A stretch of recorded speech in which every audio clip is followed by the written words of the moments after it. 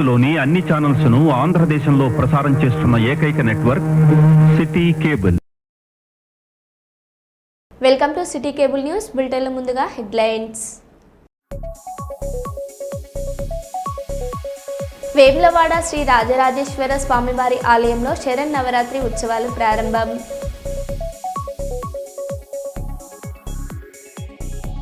నాంపల్లి అహ్మద్ నగర్లో ఫుట్పాత్పై ఉన్న షాపులను తొలగిస్తున్న జీహెచ్ఎంసీ అధికారులు. పోలీసులను పరిగెత్తించి దాడి చేసిన బీహార్ కార్మికులు.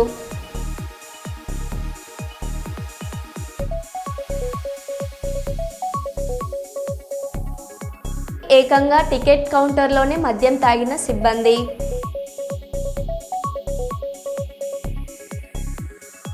రాజన్న సిరిసిల్ల జిల్లా రుద్రంగి మండలం మానాలలో ఉద్రిక్తత.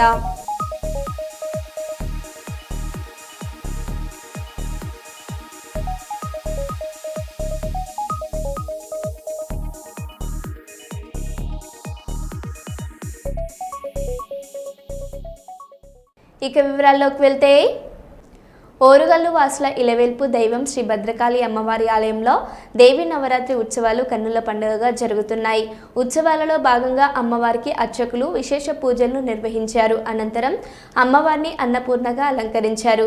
అన్నపూర్ణగా కొలువుదీరిన అమ్మవారిని దర్శించుకునేందుకు భక్తులు ఆలయానికి పోటెత్తారు. అమ్మవారి నామస్మరణతో ఆలయ ప్రాంగణం మారుమోగింది. అన్నపూర్ణ అలంకరణలో అమ్మవారిని దర్శించుకుని మొక్కులు చెల్లించుకుంటే అన్న పానీయాలకు లోటుండదని ఆలయ అర్చకులు శేషు తెలిపారు. ఉదయం అమ్మవారికి మకర వాహన సేవ, సాయంత్రం చంద్రప్రభ వాహన సేవ నిర్వహించనున్నారు. దూర ప్రాంతాల నుండి వచ్చే భక్తుల కోసం అధికారులు ఉచిత అన్నప్రసాద వితరణ చేయడంతో పాటు భక్తుల తాకిడి దృష్ట్యా ప్రత్యేక క్యూ లైన్లను ఏర్పాటు చేశారు.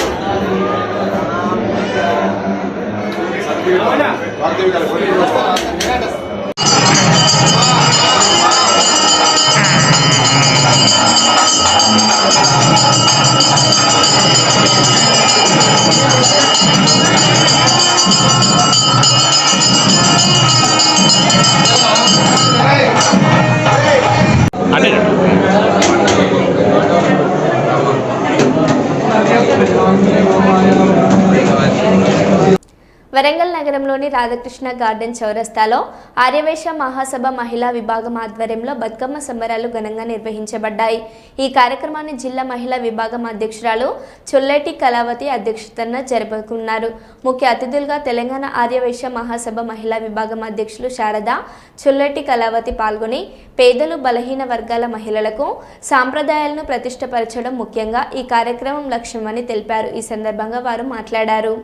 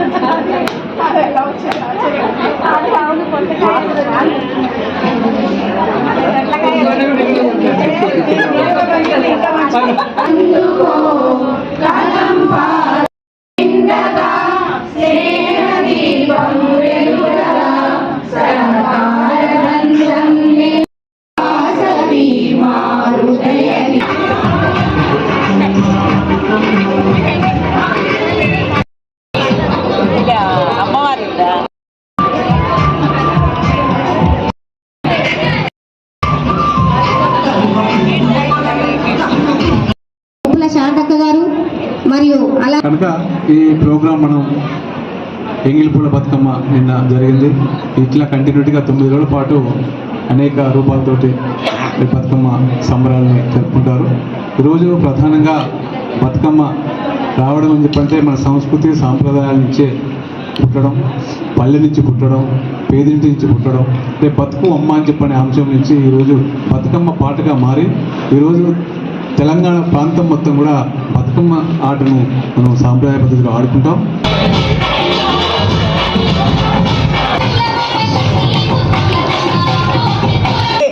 అందరినీ చూసి వారు ఈ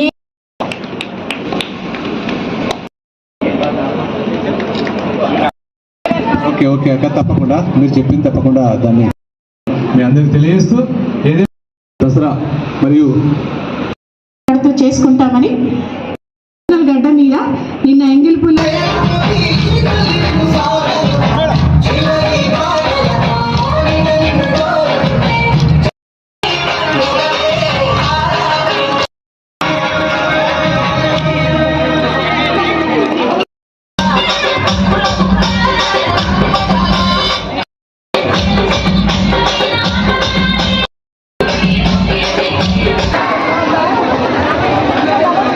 ఎందుకంటే వాళ్ళు ఆడుకునేది ఫ్రీగా ఆడుకోవాలి.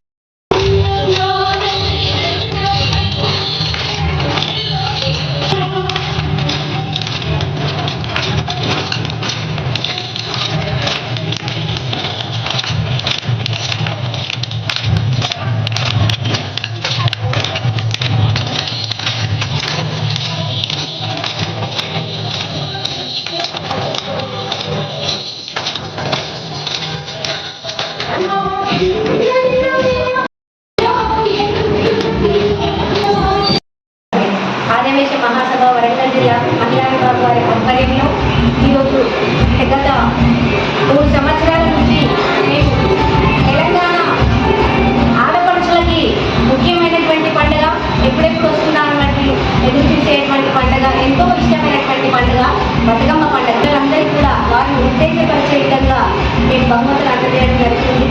మరి మా యొక్క ఉద్దేశం ఏంటంటే మా సాంప్రదాయాన్ని కాపాడుకుంటూ మా ఆదివేశ మహిళల్లో ఉన్నటువంటి ఐక్యతను కాపాడుకుని మరి వారిలో ఉన్నటువంటి సృజనాత్మకతను బయటకు తీసుకురావడమే ఉద్దేశంగా ఈ యొక్క కార్యక్రమాన్ని మేము నిర్వహించడం జరిగింది. మరి ఈ యొక్క కార్యక్రమాన్ని చేసినటువంటి సోదరి సోదరులందరికీ కూడా ప్రతి ఒక్కరికి కూడా పేరు పేరుగా కృతజ్ఞతలు తెలియజేస్తున్నాను. థ్యాంక్ యూ అన్నారు. ప్రతి ఒక్కరికి ధన్యవాదాలు. చుట్టేటి కళావి ఆదివేశ మహిళా విభాగం అధ్యక్షురాలు. పెద్దపల్లి జిల్లా ఓదెల రైల్వే స్టేషన్లో ఆదివారం సౌత్ సెంట్రల్ రైల్వే సిబ్బంది టికెట్ కౌంటర్లోనే మద్యం తాగుతూ కెమెరాకు చిక్కినట్లు స్థానికులు తెలిపారు. బాధ్యులను పట్టుకోవడానికి ప్రయత్నించిన వారు తప్పించుకున్నారు. ప్లాట్ఫామ్లో లైటింగ్ లేకపోవడానికి ఆశ్రయగా చేసుకుని ఈ చర్యకు పాల్పడినట్లు సమాచారం. ఈ ఘటనపై విచారణ జరిపి కఠిన చర్యలు తీసుకోవాలని గ్రామస్తులు, ప్రయాణికులు కోరుతున్నారు.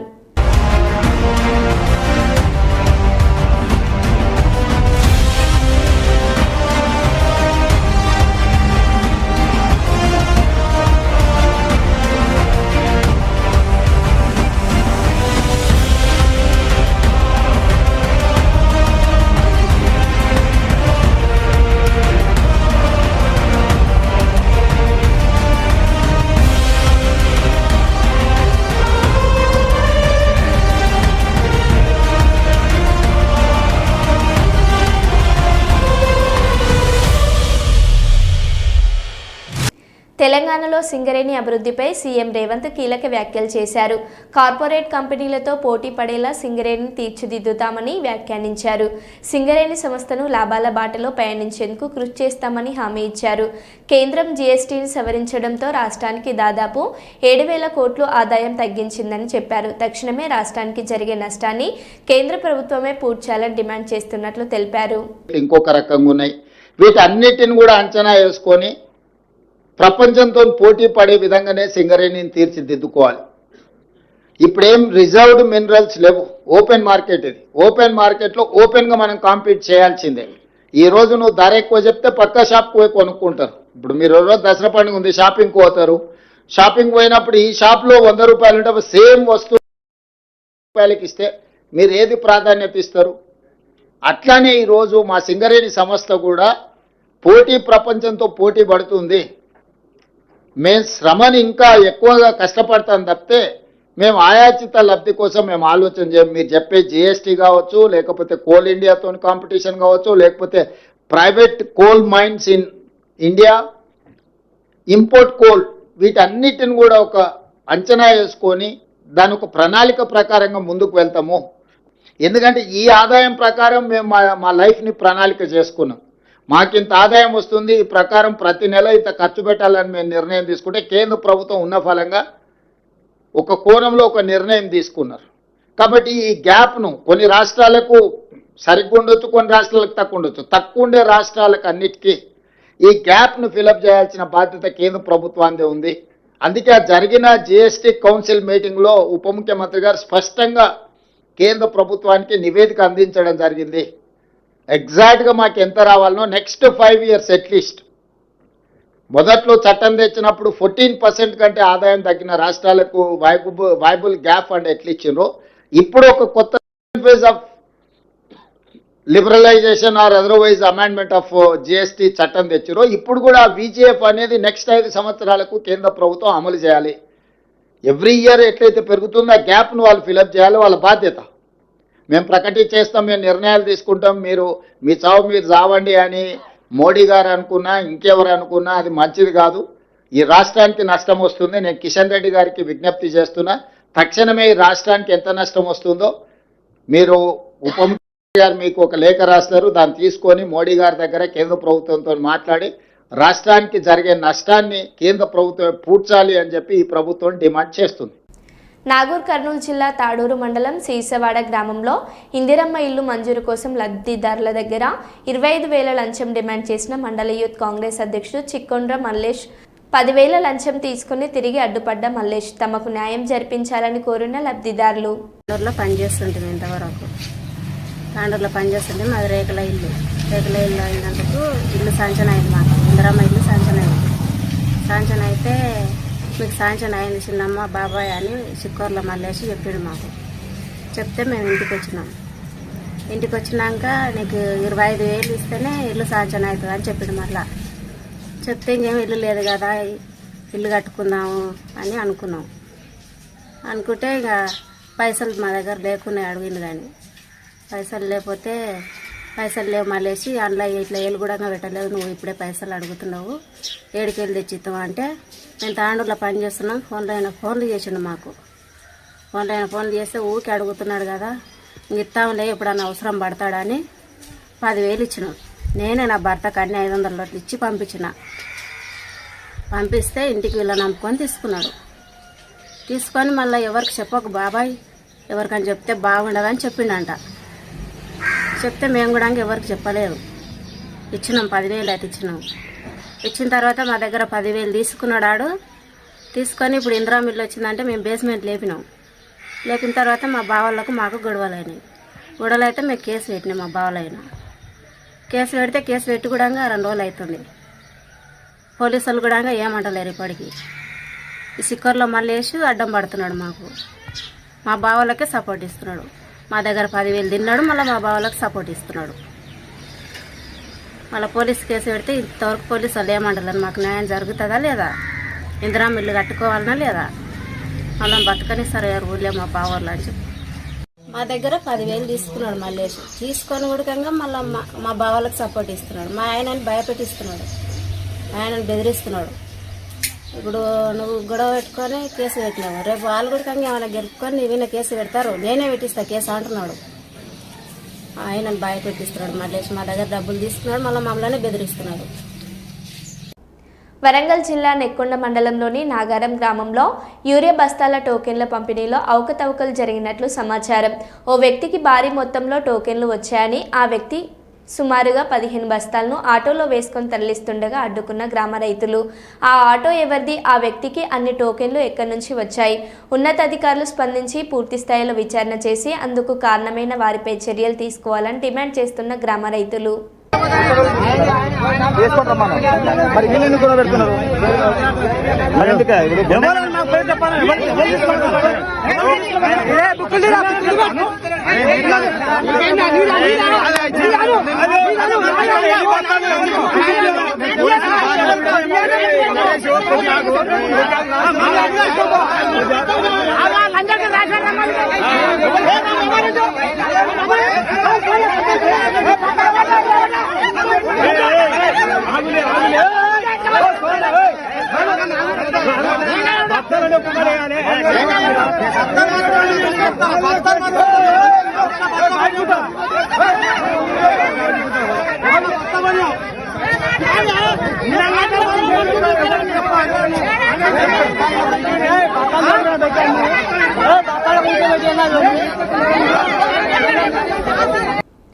నాంపల్లి అహ్మద్ నగర్లో ఫుట్పాత్పై ఉన్న షాపులను తొలగిస్తున్న జీహెచ్ఎంసీ అధికారులు పొట్టకూటి కోసం పనులు చేసుకునే తమ షాపులను తొలగించవద్దని, అధికారుల ఇంటి ముందు పురుగుల మందు తాగి ఆత్మహత్య చేసుకుంటామని ఆవేదన వ్యక్తం చేసిన చిరు వ్యాపారులు. పోలీస్ బందోబస్తు నడుమ కూల్చివేతలు. రోడ్డు విస్తరణలో భాగంగా షాపులను కూల్చివేస్తున్నట్లు తెలిపిన అధికారులు.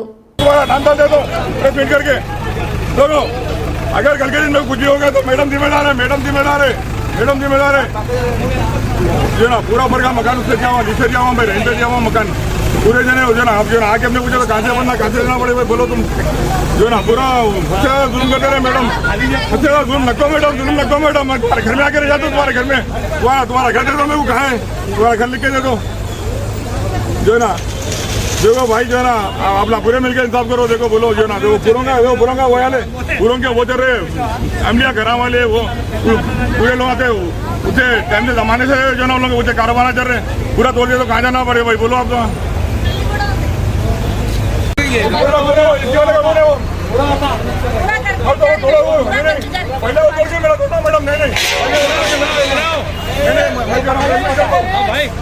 अरे मेरे भाई पूरे मबुला तो करो मेरे पूरा तोड़ दो हाँ करो मैडम नहीं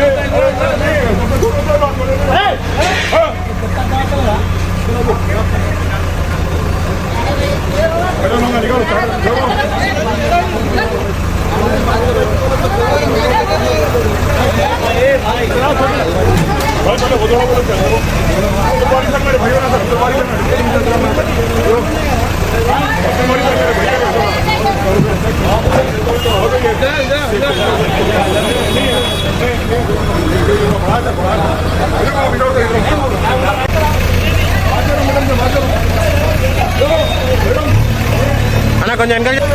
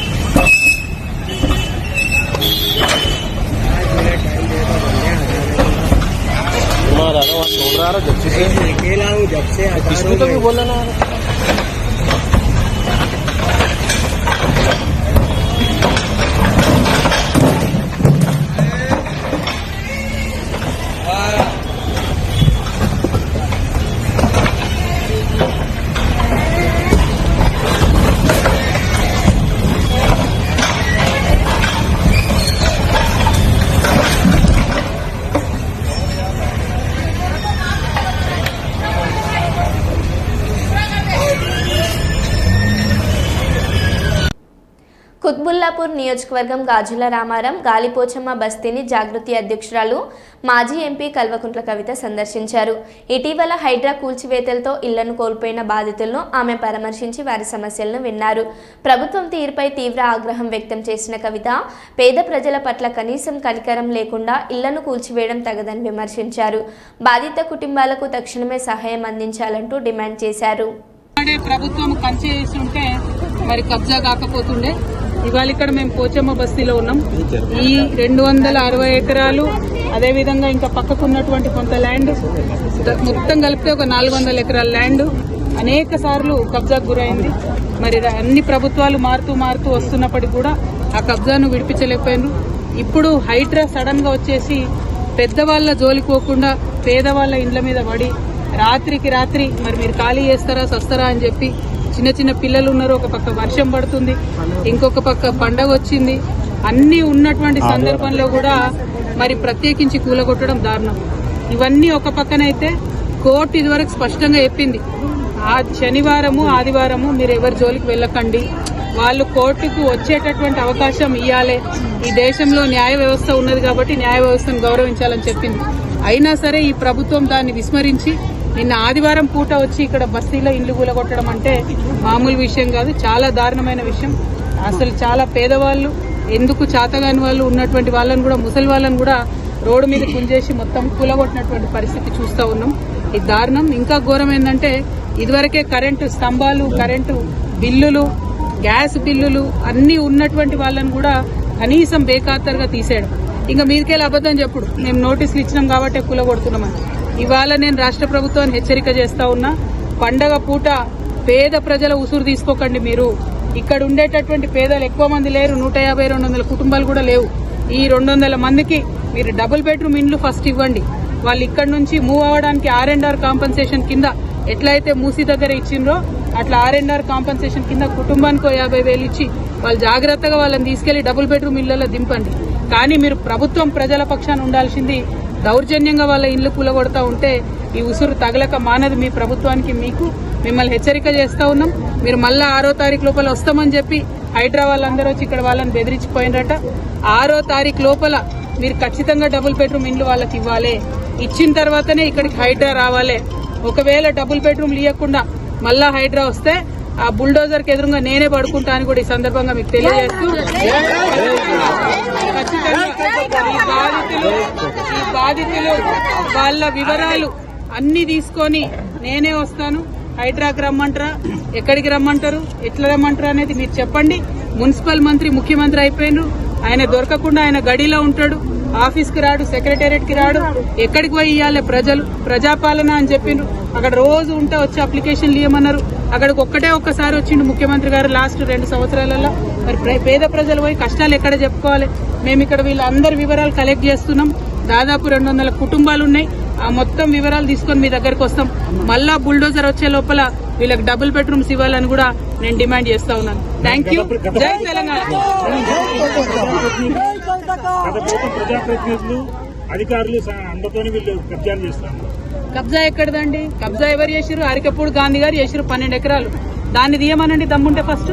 అది తీయకుండా చిన్న పిల్లలు పెట్టుకుని కూలీనాలు వేసుకునేటోళ్ళు, రాళ్ళు కొట్టుకునేటోళ్ళు ఇండ్లు తీసి ఏం హీరోయిజం చూపిస్తారండి? ఎవరిని చూపిస్తారు? ఇప్పుడు అంతకుముందు ఇక్కడ వెంచర్స్ చేసి అమ్మిండ్రు బ్రదర్, మీకు తెలియదా? మీరు లోకల్ రిపోర్టర్స్. అంతకుముందు వెంచర్స్ చేసి అమ్మిండ్రు. కొంతమంది డబ్బులు ఇచ్చి కొనుక్కున్నటువంటివి ఉన్నాయి. 5 లక్షలు 6 లక్షలు కట్టి రూములు కొనుక్కున్న వాళ్ళు ఉన్నారు. మరి ప్రభుత్వం వాళ్ళకి 6 లక్షలు ఇవ్వమని చెప్పండి ఇక్కడ నుంచి ఎలా కొట్టేటప్పుడు.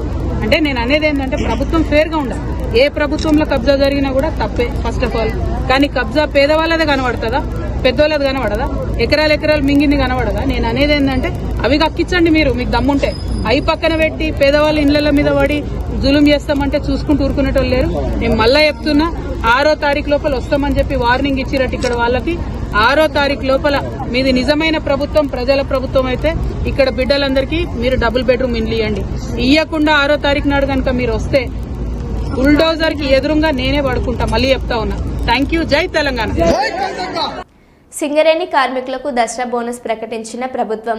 ఒక్కో కార్మికుడికి 1,95,610 బోనస్, 30,000 మంది కాంట్రాక్ట్ కార్మికులకు 5,500 బోనస్, సంస్థ లాభాల్లో 34% కార్మికులకు పంచాలని నిర్ణయించినట్లు తెలిపిన డిప్యూటీ సీఎం బట్టి విక్రమార్క, సింగరేణి సంస్థకు మొత్తంగా 6,394 కోట్ల ఆదాయం రాగా అందులో 819 కోట్లను కార్మికులకు పంపిణీ చేయాలని నిర్ణయం. పండగ సందర్భంగా పంపిణీ చేసే కార్యక్రమాన్ని ప్రకటిస్తా ఉన్నాం. 1 లక్ష, నేను మరొకసారి చెప్తా ఉన్నాను, ప్రతి కార్మిక సోదరుడి కుటుంబాలకి 1,95,610 కోట్లు, 610 రూపాయలు, 1,95,610 రూపాయలు ప్రతి కార్మికుడికి దీని ద్వారా పంపిణీ జరగబోతా ఉంది. ఇకపోతే 30,000 మంది కాంట్రాక్ట్ వర్కర్స్ ఉన్నారు. సింగరేణి చరిత్రలో ఇంతవరకు ఎప్పుడు కూడా వాళ్ళకి లాభాల్లో వాటా పంపిణీ చేసే కార్యక్రమం ఎప్పుడు జరగలేదు. కాంగ్రెస్ ప్రభుత్వం, ఇందిరమ్మ ప్రభుత్వం వచ్చిన తర్వాత గౌరవ ముఖ్యమంత్రి గారు, మంత్రి మండలి మొత్తం కూడా ఒక ఆలోచన చేసింది. కార్మిక సోదరులు కాంట్రాక్ట్ లేబర్ అయినప్పుడు కూడా వాళ్ళకు కూడా ఎంతో కొంత మనం ఈ లాభాల్లో పండుగ సందర్భంగా చేయాలనేటువంటి ఆలోచనతో వాళ్ళకు కూడా ప్రాఫిట్ షేర్ని దాదాపు ప్రతి ఎంప్లాయీకి 5,500 రూపాయల లెక్క